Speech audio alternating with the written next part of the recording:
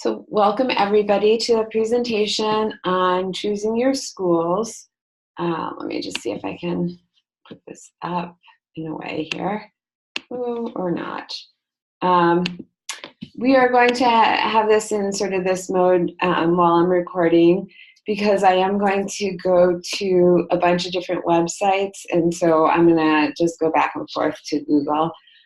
So we're going to talk about choosing your schools. This is going to focus a little bit on medical, dental, podiatry, optometry, and veterinary schools, although really it's appropriate for any kind of choosing your schools in any kind of program. So this is a really important part of the application process, and it can also be a little bit confusing because there's so many things to think about. And people often sort of start with thinking about MCAT or DAT or OAT or GRE and their GPA, and that's obviously very important. And geography is important too, because you want to be someplace physically where you're going to be happy. But there's a lot more to think about. Now, what I sometimes see people going with when they're thinking about their schools is this sort of, I'm going wherever will take me. And that's not the best way to think about it, because you want to make a mindful decision of where you are interested in going and then set your sights on that. It's not just about GPA and entrance exam score. And I copied this data from BU Medical School, and I just kind of want to point out some information about them. This is a couple of years ago. They had about 11,000 applicants, which I know is a lot. They interviewed about 10% of those applicants, and they matriculated, not accepted, but matriculated 180, which is, not a huge percentage of them. What's interesting to see is that, their 10th percentile for GPA is a 3.49. So 10% of the accepted students had a GPA below 3.49. Now, they certainly did not have to choose applicants in that GPA range. You can be assured that of the 11,000 almost applicants, they have plenty of folks with a 3.9 or 3.8 or higher that they could just fill their class. They could just go down the numbers and fill their classes with people with 3.8 GPAs. They don't do that, though, because they're interested in more than just the numbers. They're interested in more than just GPA and MCAT score. So there is more that schools are looking for than just those numbers. Obviously, the numbers are important and they matter, but they're not everything. So what are you going to be thinking about? Well, for each person, it's going to be a little bit different. You want to think a little bit about, what do you want to get from your doctoral experience? What's important to you? What's central to your career goals? How do you learn best? And what things are going to be best for your mental health and keeping you sane during the 4 years of academic and clinical training? So in terms of thinking about what's important to you, there's a lot of different areas, and we'll talk about that next. And same with the career goals and learning. I think it's important to think about long-term perspective as well. Where do you want to be in 18 months? That's when you're starting in your medical program, right? Because you apply in June to matriculate, 14 months later. So thinking about, okay, I've settled into my classes. Where do you want to be when you've settled into your classes? Thinking about in 3 years, and 3 years is typically when you are finished with your licensure, your first exams, your step ones, and you're getting into your clinical. Where do you want to be when you're in your clinical? In 5 years, you're finished with your education, you've taken your exams, you're starting your residency. Where do you feel like you want to be for residency? Do you know? Do you not know? It's fine not to know, by the way, but do you have a sense of what that will look like? What will it look like in 8 years when you're finishing your residency? What will it look like in 20 years when you're mid-career? Do you see yourself doing research? Do you see yourself teaching? Do you see yourself having a leadership position? Do you see yourself seeing patients pretty much all the time? Do you see yourself working really closely with other care providers? So how do you see your career going? And then in 50 years, sort of looking back at your career, what do you want to be thinking about as, oh, this was really satisfying? And this is something that's really important. It's going to be different for each person, and that is okay. That's a good thing. So what matters to your friend may not matter to you. And so that really makes it important for you to do some self-reflection and think about, what is it that I want to really be thinking about? So here are some things that you might want to think about. The mission of the school, and a lot of those mission statements, when you read the mission, they do look kind of the same. So you do have to dig in a little bit to get a better sense. The curriculum, and schools are starting to change their curriculums a little bit. So some of them still have a first year of anatomy, physiology, and a second year of pathology. Others are going to assistance-based approach. Some of them do a case-based approach. Some of them are having more hands-on, more clinical experience during the first couple of years. So what do you see as important? Some of them actually still have big lectures. Others don't have big lectures at all. Some of them, they require attendance in class. Some of them in big lecture classes, you don't have to go to class. And that's something that some people like. They're like, I've always hated sitting in a lecture hall. Why do I have to do that? Why can't I just sit at home in my gyms and listen to them at 10 o'clock at night, which is when I learn best. School culture is another thing. Some schools are really more like focused on that research or that clinical. You can kind of get a sense, is this kind of a warm, fuzzy school? Most of the schools really work hard to make the place a good place to learn and make it so students are happy there. But you want to kind of get a sense of what is the vibe of the school. And it can be a little bit tricky to do that, but you want to get a little bit of a sense from the website. Financial is obviously a big piece. And you can look and see, what is the average debt load at graduation?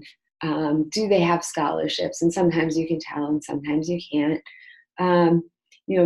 What are students ending up with in terms of loans? And then the other piece of that, of course, is if you're in a place like New York City and your family's not from there and you're going to be supporting yourself there, it costs a lot more to pay for your own housing in New York City than if you're living someplace like, I don't know, St. Louis, Missouri, where housing can be really inexpensive. I don't actually know that about St. Louis.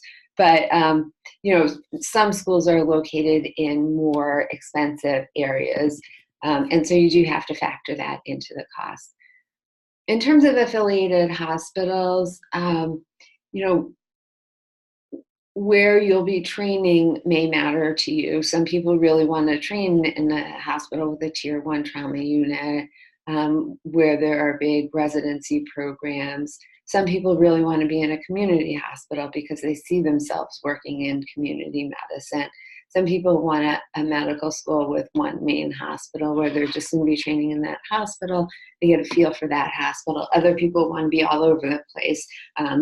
Harvard has how many hospitals? Like, they've got Mass General, they've got Children's, so they've got the best of every single type of hospital. Special programs, you can look and see, are there things that you're really interested in getting out of your medical experience as a program. Elective opportunities in your 4th year, you do get some elective rotations, and you want to, and also your first 2 years, you do as well get some elective opportunities. And then residency placements can sometimes be a big thing for people if they are particularly interested in a certain kind of residency placement. So if you're like, I really know that I want to specialize, I have a sense that I kind of want to specialize in something, you might want to look and see, well, does that school have a residency program in what I think I want to specialize in? Not that you're necessarily going to be in that program, but you know then they have a strong department in that area. And so you can at least get more experience, maybe network connect, get to know people in that area for good letters of recommendation. Obviously, if you're somebody who's interested in doing research, you want to look at the research opportunities. Are there researchers at the school who are doing the kind of research that you're interested in? Do they have medical students in their lab? How easy is it to get in there? Does the medical school fund your research?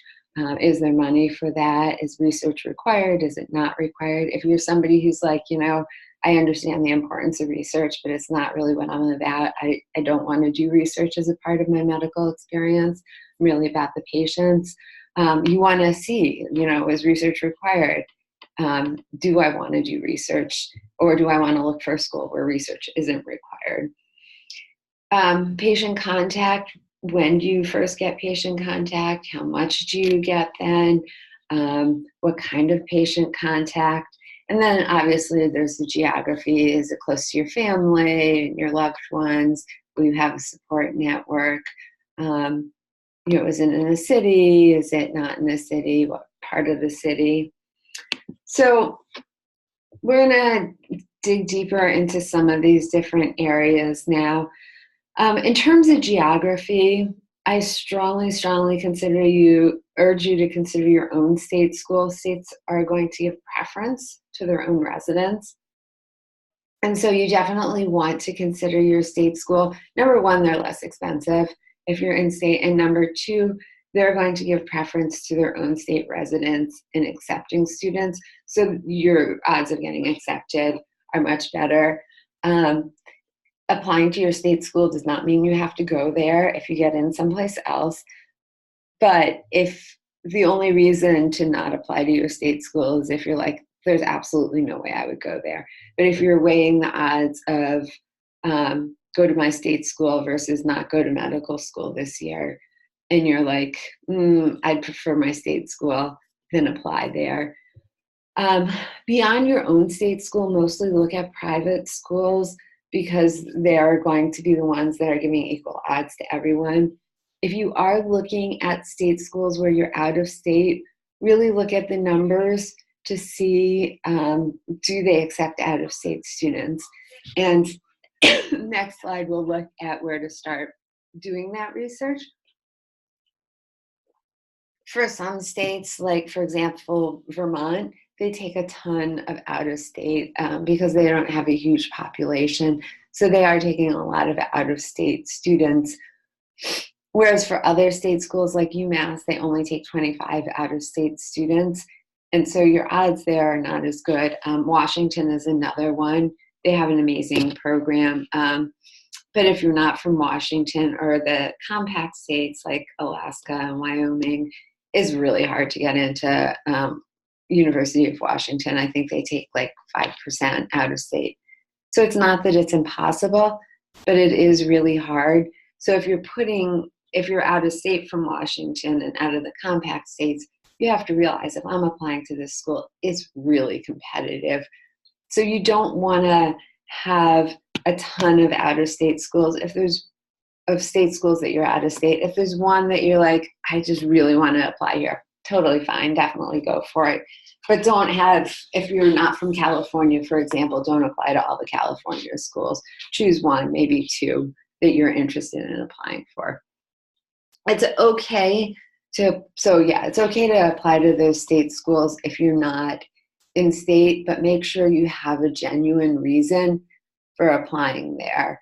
And you're not just applying there because you're like, the numbers are lower, because the numbers may be lower for people in state, but they're not necessarily for the out of state folks. So where do you start getting this information? For the MD programs, it's that medical school admissions requirements, the MSAR. You have to pay, I think it's $28 for access for a year. It's well worth it. I definitely recommend getting access to that. It has a lot of really good data in it. For DO programs, the Osteopathic Medical College information book, you can just get that. It's free. The Dental Explorer is also free, I believe. If you want a hard copy, you have to pay for it. And the veterinary medicine descriptor pages, I believe those are also free.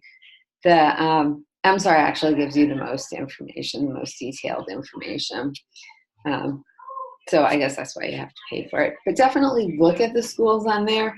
You don't stop there. That's a starting place, not an ending place. So that's where you're going to start thinking about the different programs and start thinking, well, am I maybe interested in this?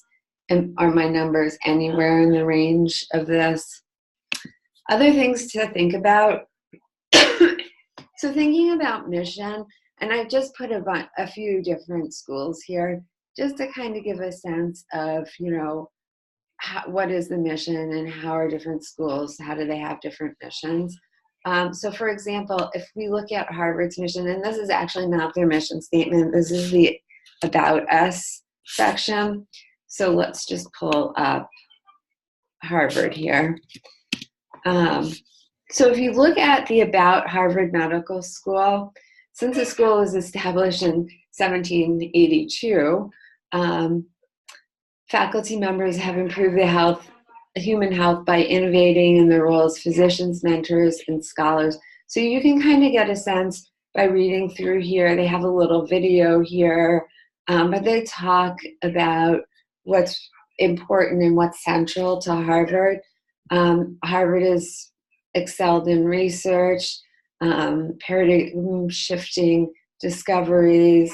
15 researchers have shared in 9 Nobel Prizes. Harvard's the only place probably that's going to be able to say that, although I guess Stanford and Hopkins have a lot of Nobel Prize winners. So you can get a sense of who Harvard is. By contrast, when you look at a school, for example, like Loma Linda, they have a very distinct mission. They're in beautiful, sunny Southern California. And so sometimes people are like, ooh, I want to go there. But you really have to make sure you're a good fit, because Loma Linda is really interested in fostering the formation of Christian physicians. So they're affiliated with the Seventh-day Adventist Church. And so if you're somebody who has no affiliation with religion, this might not be a good fit for you. So you really have to kind of look this over and see, okay, is this a good fit with me? If you look at a school like Howard, they also have a very distinct mission. And so if you're looking at Howard here, just look at a third mission here. You can see also a very old school. Howard is one of the historically Black universities, and you can see it has a long history of working with underserved populations and educating people of color. That doesn't mean that you have to be a person of color to go to Howard, but if you're applying to Howard, they're going to want to get a sense of why are you applying here? How do you fit with our mission? So you really want to read that through and get a good sense of who the school is and a little bit more about them. Whereas if you look at, well, this is University of New England. They have a brand new dental school. We'll just look at one more here. So here we have Harvard in their school that was founded in 1782. And now here we'll look at Unicom, which was founded in August 2013. So very different. In filling a glaring educational need for Maine and New England, they serve students from Maine and its surrounding states. And they're taking students from out of Maine as well. The dental school here at Unicom is really trying to address shortages of healthcare in Maine, New Hampshire, Vermont for dental medicine. The nice thing about a brand new school like this, though, they're going to have brand new labs, they're going to have a brand new curriculum that doesn't have a bunch of people who are all territorial about it. A bunch of faculty who are like, well, my part is the most important part. So you really want to make sure that you're finding a school that has that fit with who you are. Curriculum is another thing that's really important. You want to think about, do you care about what the curriculum is like? For some people, they really do. For some people, they're kind of like, yeah, whatever, I'm sure it'll be fine. I'm sure they've thought about it and tested it. So this is Virginia Tech's curriculum. Virginia Tech is a relatively new medical school. And they're kind of interesting because their curriculum, let me see if I can find their curriculum. Their curriculum is a case-based approach. So, sorry, everybody.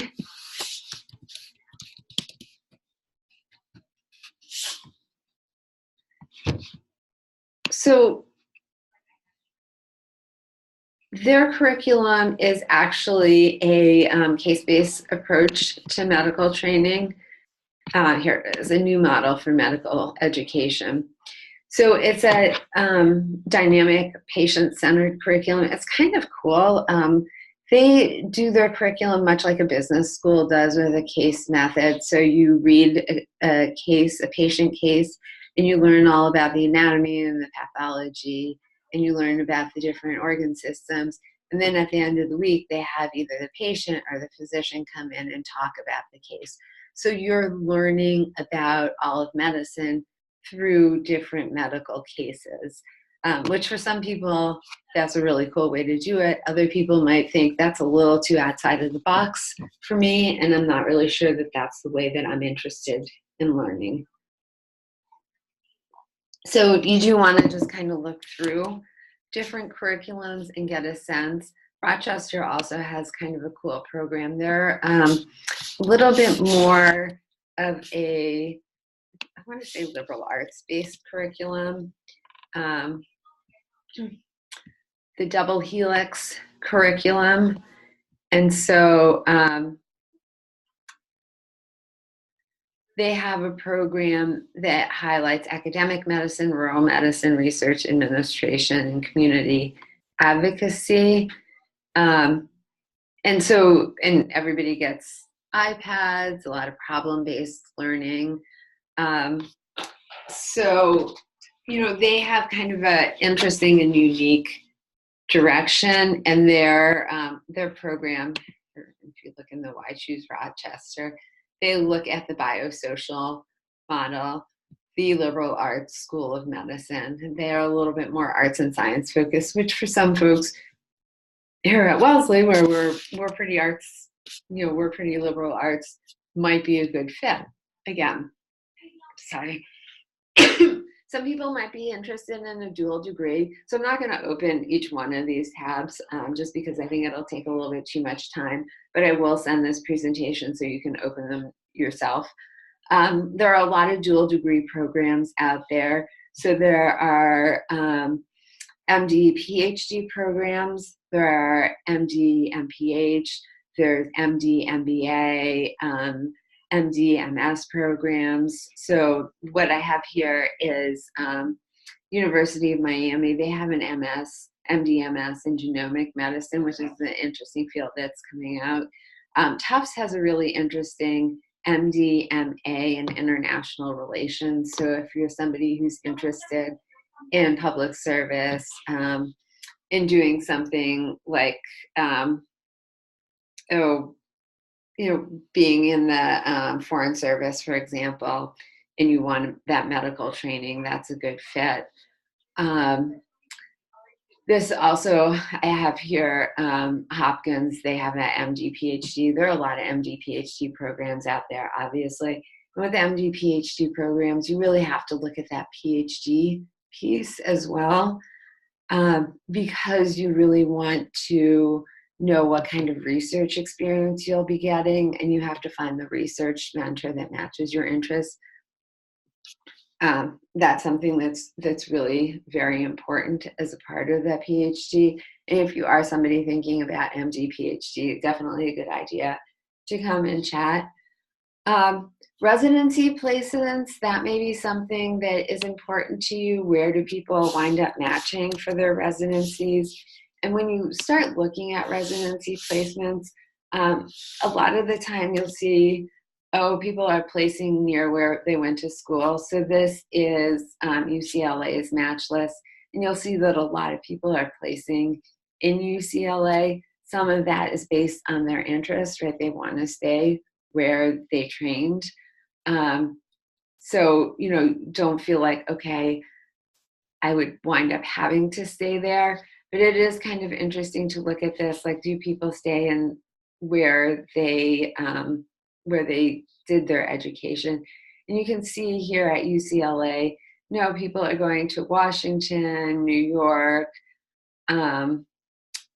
Illinois. I definitely looked through, I saw here's somebody at BI Deaconess, so somebody came back to Massachusetts, a few Minnesotas, here's somebody at BU Medical School. I mean, I think that, oh, here's somebody at Harvard South Shore. I think that it's very possible that you could go, oh, here's somebody at Brigham and Women's doing anesthesiology and somebody doing pediatrics at Children's. I think it's possible to go to UCLA and enjoy that summer weather and decide, yeah, I think I'm just going to stay here. So there is definitely a piece of that. But if you feel like, well, I do want to have this experience where I leave New England, but at the same time, I know I want to come back here and I want to remain here, it never hurts to look at the residency lists and see, okay, are people matching into where I want to match? I think it's more reassurance than anything else. So certainly at UCLA, people are matching into the top hospitals in the Boston area. Neurological surgery at Brigham and Women's. I mean, you know, that's a pretty top match right there. So, you know, it's a good way to look and see. Obviously, a lot of people do want to stay around where they got their training, but just to see what kinds of fields people are matching into and are they going all over the place.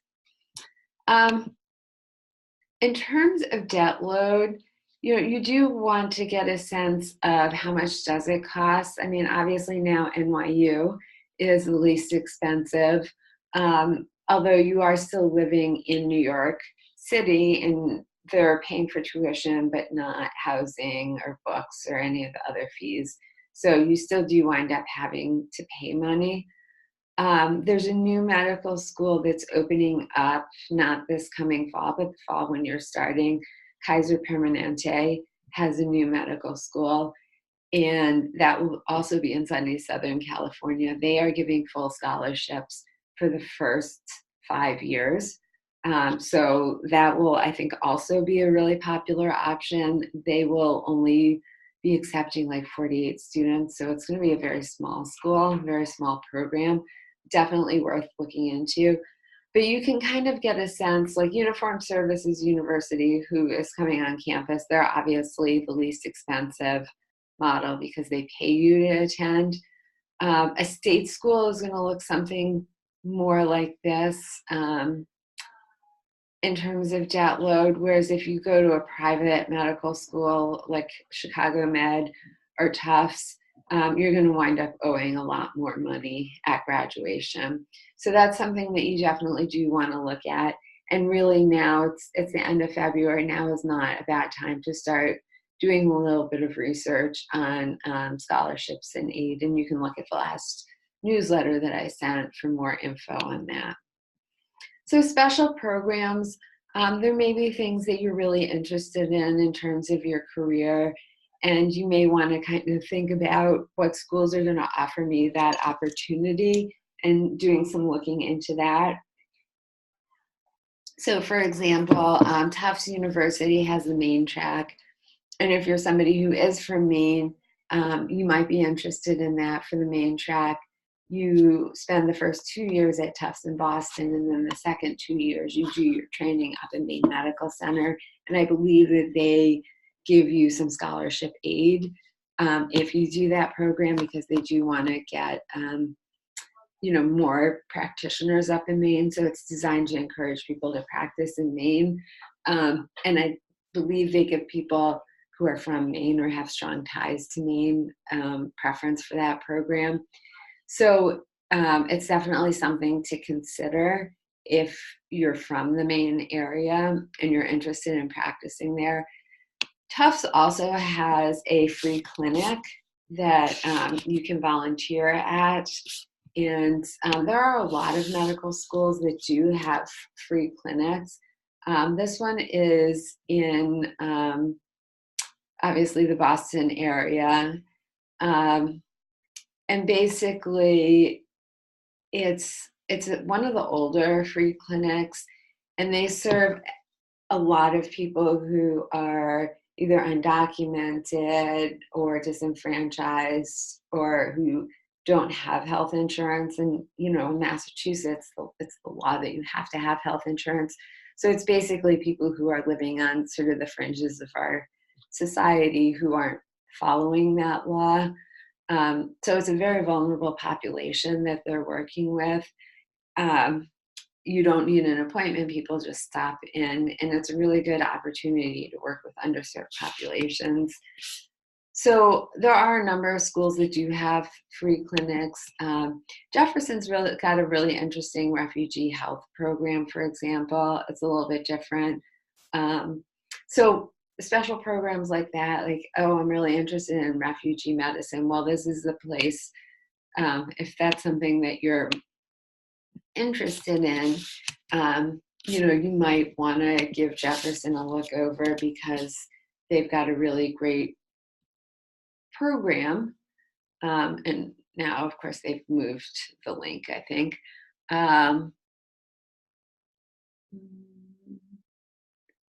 Well, they have moved the link, but anyway, so, you know, you can kind of get a sense of, okay, is there something I'm particularly interested in, a niche field that I really want to get into? Going to a medical school with a program like that is a really great way to network. You'll also see a lot of schools that have a physician shortage area program. So they'll have a program in rural medicine. And a lot of those programs will give some sort of mentorship and some sort of scholarship aid. So if that's something that you're thinking about, it's definitely worth looking for special programs. Drexel University actually is kind of cool because they originated, Drexel is formed from the merger of two medical schools, and one of them was the first women's medical school. So they have a long history of women's leadership in medicine. So if you're looking for a school that might work to empower women, Drexel might be that place. You might also care about things like affiliated hospitals. Harvard obviously has like all of the hospitals in the Boston area. They have, you know, Children's and Mass General and the Brigham, and Dana-Farber and Joslin Diabetes. Sometimes, though, you'll be surprised at schools. For example, University of Tennessee has St. Jude's Children's Hospital affiliated with it. And if you're somebody who's like, oh, I would really love to work there, you know, having that chance to work or be at that hospital, being known there, you know, couldn't hurt, might help, right? It's certainly worth looking at. Obviously, since it's a state school, you would want to look at the in-state versus out-of-state chances there. One thing that's really interesting to kind of do, and we'll talk about this later, but you're going to start pre-writing your secondaries in June. So once you submit your primary application, you're going to move right on to your secondaries before you even start thinking, you know, before you get them. So there's a really good website that has last year's and the year before's secondary questions posted. So let's look at some of them. So this is Stanford. This is not Stanford. Sorry, kidding. Whoops. Let's just go to the website here. Prospective doctor. So there's a database of secondary questions. If you Google prospective doctor medical school secondary prompts, you'll find a list of the medical schools, and then you can just click on a link. So let's look at Stanford University. And this will pull up, this is last year's, the year before, the year before that, the year before that. It's about 5 years, 6 years worth of history, and the medical schools know this is here. So they want to know how do you see yourself as being diverse? Share something that's personal with the committee and discuss how that's influenced your goals in preparing for medicine. And then they're asking, what do you see as the most likely practice scenario in the future? So they're asking you to choose one of these areas. Why do you think you're suited to this practice? How do you think Stanford's curriculum will help your personal career goals? And tell us something else. Optional, but of course you would choose it. So you would, and if you have nothing else, you would just write about why do I want to go to Stanford. So that's kind of Stanford's question. And one other one that I had listed here was Eastern Virginia Medical School. And let's look at their secondary questions. So they ask, describe your exposure to medicine. What do you think you'll like about being a physician, the most and the least? Where do you see your medical career in 10 years? And why do you want to apply here? But it's interesting, they're not requiring you to choose from a list and pigeonhole yourself into an area. So they're asking you sort of similar questions, but they're asking them in a different way. And when you find the secondaries that you're like, ooh, these are cool questions, I would really like to, these are fun to answer, that could be a really good school for you to think about, right?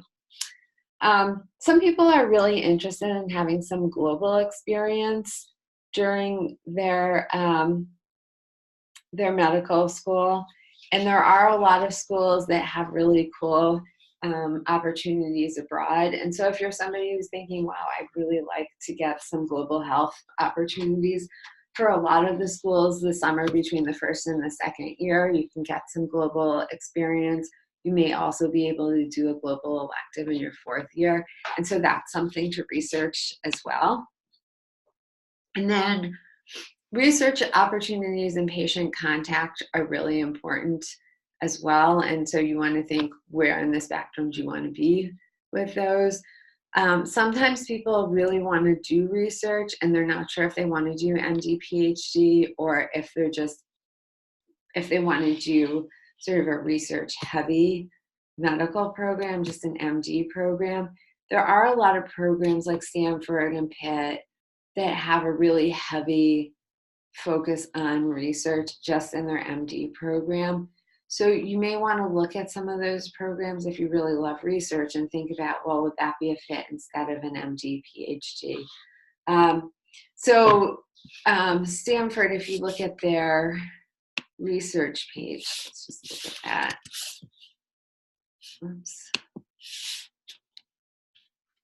So here's Stanford's research page.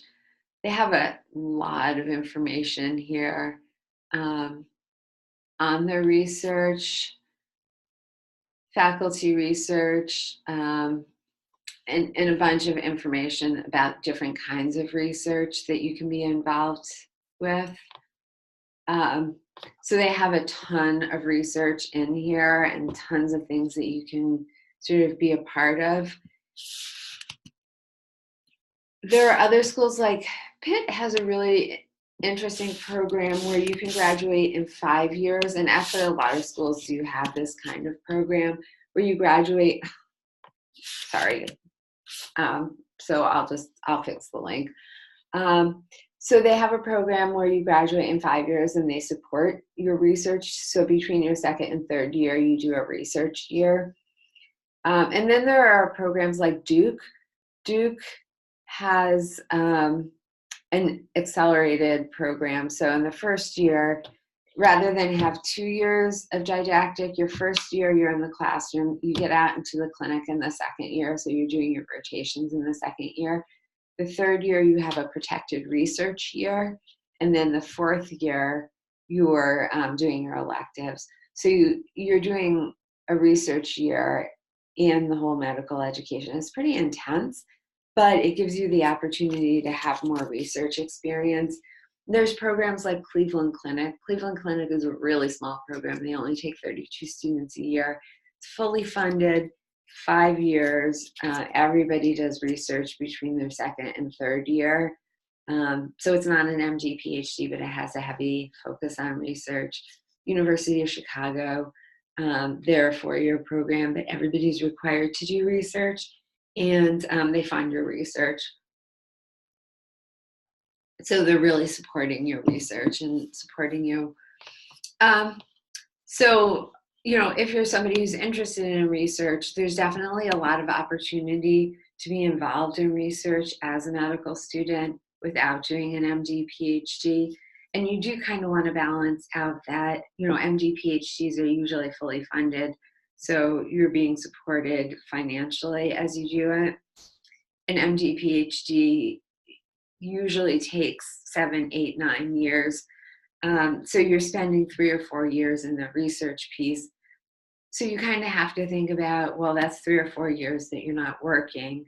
So the sort of that lost wages piece, as opposed to, getting out and working earlier. So, when you think about it from a financial aspect, it actually doesn't necessarily make sense to do it to get that funding, because the amount that you would be making is actually more than your debt load would be. So it really is better, just from a financial sense, to choose the one that you want to do and not do an MD, PhD for the financial reason. And then finally, in terms of patient contact, when do you get to work with patients? What kind of patients? What are they encouraging you with patients? So, for example, a program like Quinnipiac, which is a newer medical school, they're really dedicated towards primary care, and they're really working towards trying to get more primary care physicians out practicing. They are really an innovative model for educating patient-centered physicians. So if you're somebody who feels like, what I really want to do is be seeing patients, be in the clinic, be changing lives, a school like this is probably going to be a really good fit for you, because that's what they're going to be talking about all the time in class. So lots of things to think about. The final thing that I'd like to say is it's a really good idea to put together a spreadsheet that talks about, your research. So put together a spreadsheet with a different tab for each school is what I would recommend. And then on each tab, you can put things like the GPA, the MCAT, the cost, sort of the cost of living. You can put the secondary questions on there, and you can write out your answers so that when you get the secondaries, you can just copy paste from the Excel spreadsheet to the answer, to the secondary. And what that prevents you from doing, hopefully, is copy pasting to the wrong place, which is a disaster. So you don't want to tell Tufts, oh, I want to go to BU because XYZ, right? So you want to be really organized about the process. You really want to write out things about, what do I like about the school? Why do I want to go here? What attracts me? Specific details. Because when you go to interviews, you're going to want to talk about that. And then after you interview at schools, you're going to want to write notes to yourself about the interview. What did you like about it? Why did you like it? What things were positives? What might be negatives about the school? Because believe it or not, in a little bit of time, like next, a year and 2 months from now, you may find yourself with more than one acceptance and having to decide where you want to go. And you want to be able to look back at your notes and think about, what did I like? What did I not like? What's all of the things that I thought about this school, so that you can make an informed decision about where you're going. So that is definitely my recommendation with that. So I guess just if there are any questions here, I don't know if you have any questions. If not, I'm going to stop the presentation now. So thank you everybody listening at home. And if you do have questions, definitely feel free to email me.